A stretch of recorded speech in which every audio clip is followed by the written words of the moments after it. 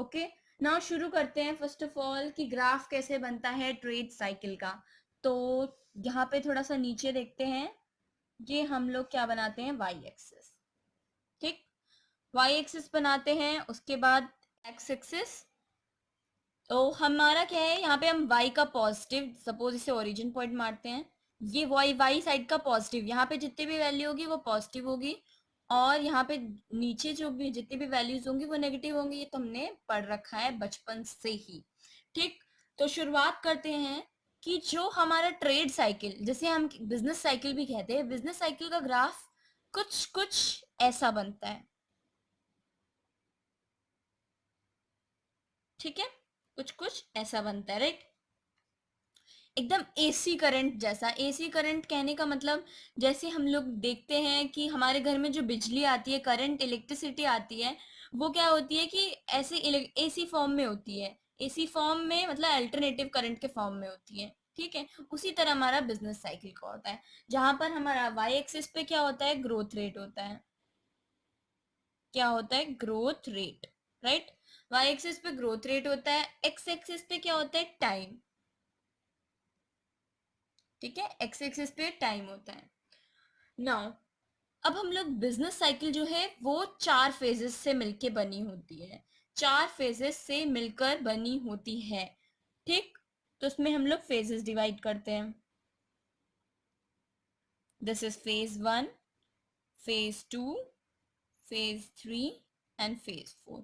इन चारों फेजेस, जैसे ये चारों फेज कंप्लीट होते हैं, सपोज इस पॉइंट से इस पॉइंट तक चारों फेजेस कंप्लीट हुए, ठीक है, इसको हम लोग क्या कहते हैं, हमारी एक ट्रेड साइकिल पूरी हो गई। क्या हो गई, एक ट्रेड साइकिल। ठीक, और ये जो टाइम पीरियड लगा, ठीक है, ये जो टाइम पीरियड लगा एक ट्रेड साइकिल को पूरा होने में, इसे हम लोग क्या कहते हैं, time period of trade cycle. ठीक, इतना समझ आ गया होगा। एक ट्रेड साइकिल तभी पूरी होती है जब ये चारों फेज, ये जो 4 फेज है, 1 2 3 4, ये कंप्लीट होते हैं। ठीक, ये जो 4 फेज है इनके अलग अलग नाम हैं। ठीक, अब नामों को डिस्कस कर लेते हैं कि फर्स्ट फेज को, सेकंड फेज को, थर्ड फेज को, फोर्थ फेज को किस किस नाम से जाना जाता है। नाम जानने से पहले एक और बात जो इम्पोर्टेंट है वो ये है कि किसी भी कंट्री, मतलब हर कंट्री, सपोज इतनी सारी कंट्रीज हैं हमारे पास, हमारे वर्ल्ड में, तो ये जो कंट्रीज हैं, सब कंट्रीज की ट्रेड साइकिल कभी सेम नहीं होती। फॉर एग्जाम्पल लेते हैं, बहुत आसान सा एग्जाम्पल लेते हैं, एक डेवलप कंट्री का, एक डेवलप कंट्री का एग्जाम्पल लिया। सपोज डेवलप कंट्री की जो ट्रेड साइकिल है वो क्या है, वो 15 साल के लिए चलती है। ठीक, अब सेकेंड एग्जाम्पल लेते हैं डेवलपिंग कंट्री का। लाइक इंडिया एक डेवलपिंग कंट्री है ना, ये हो गया डेवलपिंग कंट्री का एग्जाम्पल। डेवलपिंग कंट्री में क्या होता है, यही ट्रेड साइकिल, यही 4 फेज कंप्लीट होते हैं, कितना, कितने ईयर्स में, 8 साल में। दैट मीन्स कि जितनी भी डेवलप कंट्री है उनकी जो ट्रेड साइकिल है वो लंबे समय तक के लिए, मतलब टाइम पीरियड जो होता है वो ज्यादा होता है। ठीक, और similarly in comparison to developing country, developing country में क्या होता है, ये ट्रेड साइकिल जल्दी खत्म हो जाती है, फिर ये जल्दी खत्म हो जाती है, ये वाली कंडीशन होती है, मतलब कम टाइम पीरियड के लिए होती है। इसीलिए country to country trade cycle vary करती रहती है। आई होप इतना समझ आ गया होगा। नाउ अब बात कर लेते हैं कि इसके जिसमें 4 फेज हैं उनके नाम क्या क्या हैं। ठीक, शुरुआत करते हैं फर्स्ट फेज। फर्स्ट फेज को हम लोग किस नाम से जानते हैं, कहते हैं प्रॉस्पेरिटी बूम। क्या कहते हैं, प्रॉस्पेरिटी बूम, राइट। इसे हम फर्स्ट फेज कहते हैं। फर्स्ट फेज में क्या होता है, जैसे कि आप लोग देख रहे हैं, ये हमने वाई एक्सिस पे क्या लिया है, ग्रोथ रेट लिया है। तो ग्रोथ रेट फर्स्ट फेज में क्या होता है, यहाँ पे देखिए ग्रोथ रेट इंक्रीज हो रही होती है, इंक्रीज होके वो अपने मैक्सिमम लेवल तक पहुंचती है। ठीक, ये रहा उसका मैक्सिमम लेवल। फर्स्ट फेज में क्या होता है, हमारी जो ग्रोथ रेट है वो इंक्रीज हो रही होती है, और अपने मैक्सिमम लेवल तक, अपने ऑप्टिमम लेवल तक पहुंचती है। तो इस फेज को हम लोग प्रॉस्पेरिटी बूम के नाम से भी जानते हैं। ओके, अब बात करते हैं सेकेंड फेज। सेकेंड फेज को हम लोग क्या कहते हैं, रिसेशन, रिसेशन कहते हैं। ठीक है, क्या कहते हैं, रिसेशन कहते हैं। ठीक है, इसमें क्या होता है, जैसे कि हम लोग देख रहे हैं वो ग्रोथ रेट अपने मैक्सिमम लेवल तक पहुंच गई है। अब क्या हो रहा है कि वो थोड़ा डिक्रीज कर रही है, बट अभी भी वो क्या है, पॉजिटिव है। मतलब इसको हम लोग इकोनॉमिक्स की भाषा में बात करें तो ग्रोथ रेट अभी भी बढ़ रही है। यहाँ पे ग्रोथ रेट, सपोज यहाँ पे एग्जांपल लेते हैं फर्स्ट फेज में यहाँ पे लेते हैं ग्रोथ रेट जो है हमारा वो 10% से बढ़ रही है। ठीक है, 10% से इंक्रीज हो रही है। ठीक, बट जो फेज 2 है जो कि रिसेशन का टाइम पीरियड होता है, उसमें क्या होता है, जो ग्रोथ रेट है वो हमारी सपोज 5% से बढ़ने लगी, 5% से इंक्रीज हो रही है, बट वो अभी भी पॉजिटिव है। ठीक है, तो रिसेशन में ये होता है कि जितने ग्रोथ रेट जिस हिसाब से, जिस रेट ऑफ उससे बढ़ रही होती है, सपोज यहाँ 10% थी और प्रॉस्पेरिटी बूम के फेज में या फिर कह लीजिए फर्स्ट फेज में, बट ग्रोथ रेट सेकेंड वाले में 5%, मतलब in comparison to slow rate से बढ़ने लगती है। बस ये होता है, बट फिर भी पॉजिटिव रहती है। That's it. Now third phase की बात करें तो थर्ड फेज को हम लोग किस नाम से जानते हैं, डिप्रेशन फेज से। किस फेज से जानते हैं, डिप्रेशन फेज से, राइट। डिप्रेशन फेज को थोड़ा सा समझ लेते हैं। डिप्रेशन फेज को हम लोग कॉन्टिन्यूएशन ऑफ सेकेंड फेज कहते हैं, कॉन्टिन्यूएशन ऑफ रिसेशन कहते हैं। किस लिए कहते हैं, क्योंकि यहाँ पर क्या होता है, स्लो ग्रोथ रेट से बढ़ने लगता है। फिर एक ऐसा टाइम होता है कि ग्रोथ रेट क्या होने लग जाती है, अब यहाँ पे डिक्रीज होने लग जाती है, मतलब वो क्या होती है, नेगेटिव में चली जाती है। ठीक है, इसलिए इसे डिप्रेशन कहते हैं। फिर वो अपने ऑप्टिमम लेवल तक पहुंच जाती है, मतलब एक जितना वो कम हो सकती थी तब हो जाता है। उसके बाद क्या होता है, यहाँ से फोर्थ फेज को हम लोग क्या कहते हैं, रिकवरी। रिकवरी कहते हैं इसलिए क्योंकि यहाँ पर सपोज यहाँ पर -10% में पहुंच गई, अब वो धीरे धीरे क्या कर रही है, इंक्रीज करने लग जाती है, ग्रोथ रेट बढ़ने लग जाती है। ठीक है, तो इसीलिए हम इसे रिकवरी कहते हैं, रिकवरी टाइम कहते हैं। ठीक है, तो अभी तक आपको थोड़ा सा मैंने सिर्फ ऊपरी ऊपरी बता दिया है कि क्या होता है प्रॉस्पेरिटी बूम, क्या होता है रिसेशन, क्या होता है डिप्रेशन एंड क्या होता है रिकवरी फेज। ठीक है, ये चारों फेजेस को मैंने आपको बता दिया है। नाउ अब हम एक एक फेज की, लाइक फर्स्ट फेज जो कि है प्रॉस्पेरिटी बूम, इसकी इंडिविजुअल कैरेक्टरिस्टिक्स जान लेते हैं। वो एग्जाम के पॉइंट ऑफ व्यू से इंपॉर्टेंट है और इसको आप समझ लोगे तो आपका ये जो ट्रेड साइकिल है वो क्लियर हो जाएगा।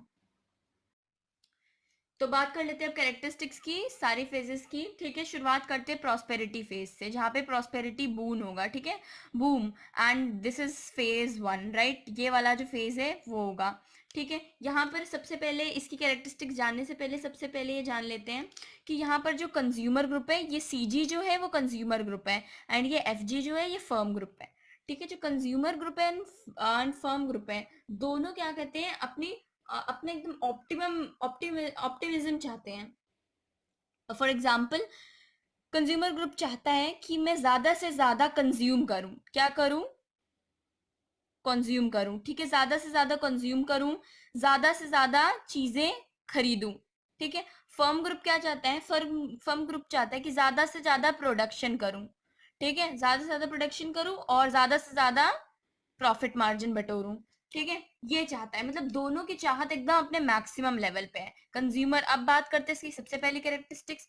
सबसे पहली कैरेक्टरिस्टिक्स क्या है, डिमांड इंक्रीज करती है। डिमांड कैसे इंक्रीज करती है, मैंने बताया कि कंज्यूमर क्या चाहता है कि ज्यादा से ज्यादा कंज्यूम करे और सेटिस्फेक्शन पाए और ज्यादा से ज्यादा चीजों को खरीदे। ठीक है, ये चाहता है कंज्यूमर ग्रुप। तो जैसे ही कंज्यूमर ग्रुप ये चाहेगा तो मार्केट में क्या होगा, डिमांड बढ़ जाएगी। डिमांड बढ़ जाएगी तो यहाँ पर सबसे पहला पॉइंट आता है, डिमांड इंक्रीज कर जाती है। ठीक है, नाउ सेकंड पॉइंट, सारे पॉइंट एक दूसरे से इंटरकनेक्टेड है, सो आराम से समझिएगा। सेकंड पॉइंट क्या कह रहा है, प्रोडक्शन इंक्रीज करती है। प्रोडक्शन इंक्रीज करना इन द सेंस व्हाट, कि डिमांड इंक्रीज हो गई, कंज्यूमर ने डिमांड बढ़ा दी, डिमांड बढ़ चुकी है मार्केट में। अब क्या है, जो फर्म ग्रुप है वो क्या करेगा, प्रोडक्शन करने लगेगा, डिमांड को फुलफिल करने के लिए प्रोडक्शन बढ़ाएगा। प्रोडक्शन बढ़ाने का यहाँ पे प्रोडक्शन इंक्रीज हो जाएगा, राइट। थर्ड पॉइंट क्या है, प्रॉफिट। प्रॉफिट इंक्रीज होता है। प्रॉफिट क्या है, प्रोडक्शन इंक्रीज करेगा। ठीक है, जहां पर वो 10 यूनिट सामान बेचता था, तो अब क्या हुआ कि डिमांड बढ़ गई। ठीक है, डिमांड बढ़ गई तो अब वो क्या हो रहा है कि वही चीज वो 20 यूनिट बेच रहा है। 20 यूनिट से क्या हो रहा है, उसको ज्यादा पैसे मिल रहे हैं। 10 यूनिट में उसे कितना, उसको 50 रुपए मिलता था, अब 20 यूनिट में उसे 100 रुपए मिल रहा है, तो उसका फायदा हो रहा है ना। तो यहाँ पे फर्म ग्रुप का क्या हो रहा है, प्रॉफिट इंक्रीज हो रहा है। आई होप समझ आ रहा होगा। नाउ डी पॉइंट को समझते हैं, जो कि है हमारी कौन सी, फोर्थ कैरेक्टरिस्टिक्स, राइट। यहाँ पे क्या होता है, एम्प्लॉयमेंट इंक्रीज होती है। एम्प्लॉयमेंट कैसे इंक्रीज होती है, यहाँ पे देखिएगा क्या करते हैं, प्रोडक्शन बढ़ने लगा, ठीक है, प्रोडक्शन इंक्रीज हो गया। प्रोडक्शन इंक्रीज होती, अब कोई ना कोई मशीनरीज को यूज करने के लिए लेबर की आवश्यकता पड़ेगी। अब लेबर सपोज कि प्रोडक्शन इंक्रीज हो गया, पहले वो लोग 10 यूनिट बनाते थे, तो उन्हें कितने के 5 लेबर की आवश्यकता पड़ती थी। अब क्या हो रहा है, उन्हें 20 यूनिट बनानी पड़ रही है। 20 यूनिट बनाने के लिए, 20 यूनिट सामान बनाने के लिए अब उन्हें 10 लेबर की आवश्यकता पड़ रही है। तो उसका कहने का मतलब यहाँ पर क्या हो रहा है, लेबर इंक्रीज हो रहे हैं, मतलब एम्प्लॉयमेंट जनरेशन हो रहा है, एम्प्लॉयमेंट इंक्रीज हो रहा है। नाउ बात करते हैं लास्ट कैरेक्टरिस्टिक्स, जो कि है फिफ्थ कैरेक्टरिस्टिक्स। वो क्या कह रहे हैं, optimum utilisation of resources. Optimum utilisation कहने का मतलब ये है कि जैसा कि हमने शुरुआत में जब इकोनॉमिक्स की शुरुआत करी थी, तो हमने पढ़ा था डेफिनेशन की जो रिसोर्सेज है नेचर में वो लिमिटेड होते हैं, ठीक है, लिमिटेड होते हैं, कुछ समय बाद खत्म हो जाते हैं।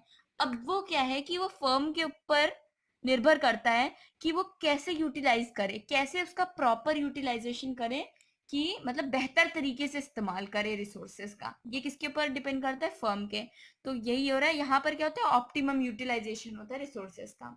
ये बात कर ली हम लोग ने फर्स्ट फेज, प्रॉस्पेरिटी फेज के बारे में, ठीक है, जो कि ये वाला फेज था। अब मूव करते हैं सेकेंड। सेकेंड फेज क्या है हमारा, सेकेंड फेज है रिसेशन फेज, ठीक है, रिसेशन फेज, जो कि ये सेकेंड वाला था रिसेशन फेज। या आपके लिए आसान करने के लिए मैंने यहाँ डायग्राम में इंडिकेट भी कर रखा है, तो समझ लीजिएगा। GR is a growth rate, right. यहाँ पर देखते हैं, यहाँ पर भी 5 कैरेक्टरिस्टिक्स है। सबसे पहले क्या है, डिमांड डिक्रीज कर जाती है। डिमांड डिक्रीज कैसे करती है, फर्स्ट में हमने देखा था इंक्रीज होती है, अब यहाँ से क्या होता है, डिक्रीज होना शुरू करता है, बट अभी भी पॉजिटिव है। शुरुआत में मैंने बताया था, एक बार नहीं हो तो वीडियो पीछे करके देख लीजिएगा, समझ आ जाएगा, क्योंकि वीडियो लंबी बनेगी तो आप लोग खुद ही देखने से अग्री नहीं करेंगे, राइट। यहाँ पे क्या होता है, डिमांड डिक्रीज होने लग जाती है धीरे धीरे। क्या होता है कि कुछ समय तक बैलेंस वे में तो रह नहीं सकता, ऑलवेज ऑलवेज हमेशा डिमांड तो हाई रह नहीं सकती। तो क्या होता है, डिमांड डिक्रीज होने लग जाती है धीरे धीरे। डिमांड डिक्रीज होने लगी, तो अब क्या करता है फर्म, क्या करता है, प्रोडक्शन डिक्रीज करने लग जाता है। डिमांड कम हुई तो क्या हुआ, प्रोडक्शन कम हुआ। अब क्या करेगा, सपोज कि पहले क्या करते थे कि 10 यूनिट की डिमांड थी, अब क्या हो रहा है कि अब 10 यूनिट की डिमांड थी, मतलब अब क्या हो रहा है कि धीरे धीरे कम हो गई डिमांड, 5 यूनिट की हो गई, ठीक, 5 यूनिट की हो गई। अब प्रोडक्शन भी तो कम करेगा।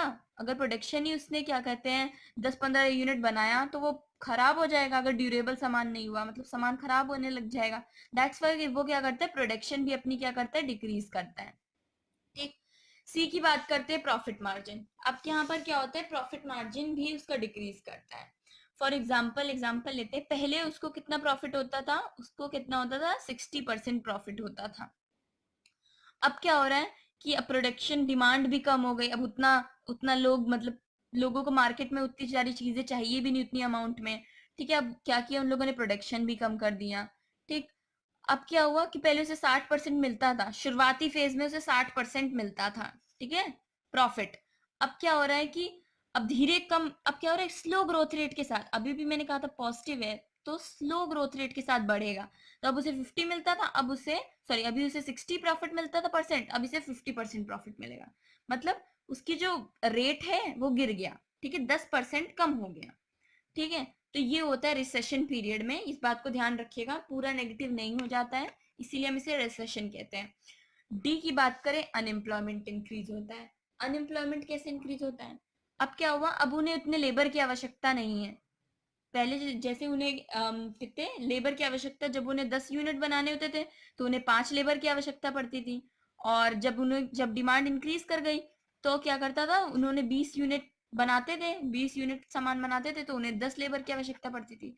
अब फिर से क्या हुआ, डिमांड डिक्रीज हो गई, फिर से वो 10 यूनिट की मांग आ गई वहां पे। तो वो लोग क्या करेंगे, वो जो बच्चे 5 लेबर हैं, 5 + 5 10 ही तो होता है, बच्चे 5 लेबर हैं, उन्हें वो लोग निकाल देंगे, ठीक। अब निकालेंगे तो मतलब यहाँ पे अनएम्प्लॉयमेंट इंक्रीज हो जाएगी, दैट्स इट, ठीक है। बात करते हैं ई पॉइंट की, that one is last point, right. यहाँ पे क्या है, अनयूटिलाइज रिसोर्सेज। यहाँ पर क्या हो रहा है कि अच्छे से यूटिलाइज नहीं हो पा रहे, बेहतर तरीके से यूटिलाइजेशन नहीं हो पाता है रिसोर्सेज का। नाउ अब बात करते हैं डिप्रेशन फेज की। Depression phase is the third phase. ये रहा डिप्रेशन फेज, ठीक है। ये वाला जो फेज है वो डिप्रेशन फेज कहलाता है। यहाँ पर क्या होता है, डिमांड, इसको हम लोग कॉन्टिन्यूएशन ऑफ सेकेंड फेज भी कहते हैं। यहाँ पे देखिएगा, यहाँ से कॉन्टिन्यू हो रहा है रिसेशन, सेकेंड फेज, ठीक है। और यहाँ पे आ रहा है हमारा डिप्रेशन, तो इसको हम लोग क्या कहते हैं, कॉन्टिन्यूएशन ऑफ सेकेंड फेज भी कहते हैं, ठीक। अगर आपसे कोई पूछे तो आप बता सकते हैं, राइट। इसमें क्या होता है, जैसे कि पहले यहाँ पे रिसेशन में डिमांड डिक्रीज हो रही थी, इसी तरह डिप्रेशन में भी क्या होता है, डिमांड डिक्रीज हो रही होती है, ठीक है। प्रोडक्शन, इसकी वजह से क्या फर्म होती है, वो प्रोडक्शन भी कम करती है, कम बनाने लगती है अपने सामान को, कम उत्पादन करने लगती है। सी क्या होता है, यहाँ पे लॉस आ जाता है, लॉस कंडीशन आता है। जैसे कि आप लोग देख रहे हैं, ये पॉइंट हो गया, यहाँ तक तो पॉजिटिव था, यहाँ पर आते ही वैल्यू क्या हो जा रही है, नेगेटिव हो जा रही है। दैट मीन्स ये नेगेटिव वैल्यू क्या शो कर रही है, कि फर्म को लॉस हो रहा है, ठीक। यहाँ पे लॉस स्टार्ट हो जाता है। फिर क्या होता है, अनएम्प्लॉयमेंट हो ही रही होती है, वो लोग क्या कर रहे थे, प्रोडक्शन, जैसे मार्केट में डिमांड कम हो जाती है तो वो लोग प्रोडक्शन कर रहे होते हैं, वो भी कम कर देते हैं। तो प्रोडक्शन में जितने लोग लग रहे होते हैं, अब उसके आधे लोग कर देते हैं, तो अनएम्प्लॉयमेंट हो जाती है। नाउ यहाँ पर वही बात आती है, अनयूटिलाइज्ड रिसोर्सेज रह जाते हैं, प्रॉपर यूटिलाइजेशन नहीं होता है, बेहतर तरीके से वो मतलब यूज नहीं कर पाते। एग्जाम्पल की, उसने रॉ मटेरियल तो बहुत मंगा लिया, सपोज क्या किया, रॉ मटेरियल उसने बहुत मंगा लिया, पर अचानक से क्या हुआ, डिमांड जो है वो डिक्रीज हो गई। डिमांड डिक्रीज होने से वो रॉ मटेरियल तो पड़ा रह जाएगा, उसका प्रॉपर यूटिलाइजेशन तो होगा नहीं। इसीलिए यहाँ पे अनयूटिलाइजेशन ऑफ रिसोर्सेज कहते हैं। ऊपर का भी यही है कि यहाँ पर भी अनयूटिलाइजेशन ऑफ रिसोर्सेज होता है। फोर्थ फेज जो कि हमारा लास्ट फेज है, ठीक है, जो कि ये वाला फेज है, इसे हम क्या कहते हैं, रिकवरी फेज। यहाँ पर जो भी नुकसान हो रहा होता है उसकी भरपाई होनी शुरू हो जाती है। यहाँ तक पूरा जितना नुकसान होना था सब नुकसान हो जाता है, यहाँ से क्या होता है, इंक्रीमेंट शुरू हो जाता है, इसीलिए इसे रिकवरी कहते हैं, राइट। यहाँ पे जितनी भी कैरेक्टरिस्टिक्स प्रॉस्पेरिटी बूम की थी वही कैरेक्टरिस्टिक्स है, बस एक को छोड़कर, बट हम लोग सारी डिस्कस करेंगे। सबसे पहला ए क्या होता है, अब क्या होता है, डिमांड इंक्रीज होने लग जाती है, डिमांड मार्केट में बढ़ने लग जाती है, कंज्यूमर मांग करने लग जाता है, ठीक है। अब फिर क्या होता है, फिर क्या करती है, जितनी भी फर्म्स होती हैं वो प्रोडक्शन इंक्रीज करती है, प्रोडक्शन बढ़ाने लग जाती हैं कि हाँ भाई डिमांड बढ़ रही है मार्केट में, डिमांड आ गई है, कि मतलब डिमांड बढ़ती जा रही है, ठीक है। तो हम 10 यूनिट पहले बनाते थे, अब हम 20 यूनिट बनाने लगे, क्योंकि लोग उसको खरीद रहे हैं, वो यूटिलाइज हो रहे हैं, बेकार नहीं हो रहा सामान, तो प्रोडक्शन इंक्रीज करने लगी। यहाँ पर क्या हो रहा होता है, जो लॉस हुआ होता है, यहाँ पर हमें क्या हो रहा होता है, लॉस हो रहा होता है। यहाँ पर क्या होता है, लॉस डिक्रीज होने लग जाता है, जो भी कंपनी को लॉस हो रहा होता है वो क्या होना होता है, डिक्रीज होने लग जाता है, ठीक है। अब क्या करते हैं, लॉस, अब क्या होता है, यहाँ पे एम्प्लॉयमेंट इंक्रीज होने लग जाती है। जैसे ही प्रोडक्शन इंक्रीज होगा तो मतलब समझ लीजिए एम्प्लॉयमेंट इंक्रीज होगी, क्योंकि प्रोडक्शन करने के लिए किसका यूज करेंगे, मशीन का। मशीन को चलाएगा कौन, आदमी चलाएगा ना, लेबर चलाएगा। तो लेबर की वो मात्रा बढ़ाएंगे, क्योंकि मैंने इसको बहुत बार डिस्कस कर चुका है, इसलिए मैं इसे दोबारा नहीं बता रही हूँ, राइट। ई पॉइंट की बात करते हैं, जो कि हमारे लास्ट कैरेक्टरिस्टिक्स है, वो क्या है, optimum utilisation of resources. Optimum मतलब कि यहाँ पर दोबारा से क्या होता है कि रॉ मटेरियल सपोज उन्होंने मंगा लिया था ज्यादा ज्यादा अमाउंट में, उसका क्या होना था, प्रॉपर यूटिलाइजेशन होने लग जाता है। कैसे यूटिलाइजेशन होने लगता है, क्योंकि यहाँ पर क्या डिमांड भी बढ़ रही है, वो लोग मतलब अच्छी मात्रा में, बेहतर मात्रा में प्रोडक्शन कर रहे होते हैं, तो प्रोडक्शन में रॉ मटेरियल का प्रॉपर यूटिलाइजेशन होता है, इसलिए ऑप्टिमम यूटिलाइजेशन ऑफ रिसोर्सेज होता है, ठीक है। आई होप ये ट्रेड साइकिल थी, ठीक है। ये चारों फेज जैसे ही कंप्लीट होते हैं तो हम लोग कह देते हैं कि हाँ, जैसे यहाँ पे देखिएगा, जैसे ये चारों फेज कंप्लीट हुए, यहाँ से शुरू हुआ, ठीक है, यहाँ तक खत्म हुआ, ठीक, तो हम लोग कह देते हैं कि हाँ, ये एक ट्रेड